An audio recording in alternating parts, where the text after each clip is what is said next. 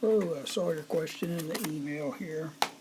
A simple random sample of size n is drawn from a population that is normally distributed. The mean is found to be 107, and the standard deviation is found to be S is be 10.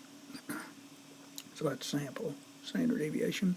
Construct a 90% confidence interval about mu if the sample size is 20. So if you look on page 419, they have steps by step directions on either using the calculator or StatCrunch. You can also do it by hand. If you watch the videos, they also show how to do it by hand. So I'm going to go over the steps for doing it with StatCrunch. And again, you can look on this page if I go too quickly. So you click on the stat, and then you're going to go down to T-stat because we're dealing with a T distribution. One sample, in this case with summary. We don't have the data. So the sample mean was given as 107. Sample standard deviation was given as 10. Sample size is 20.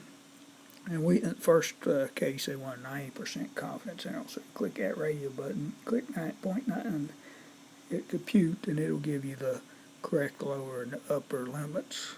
I hope that helps when you do these other B and C. That's certainly that way.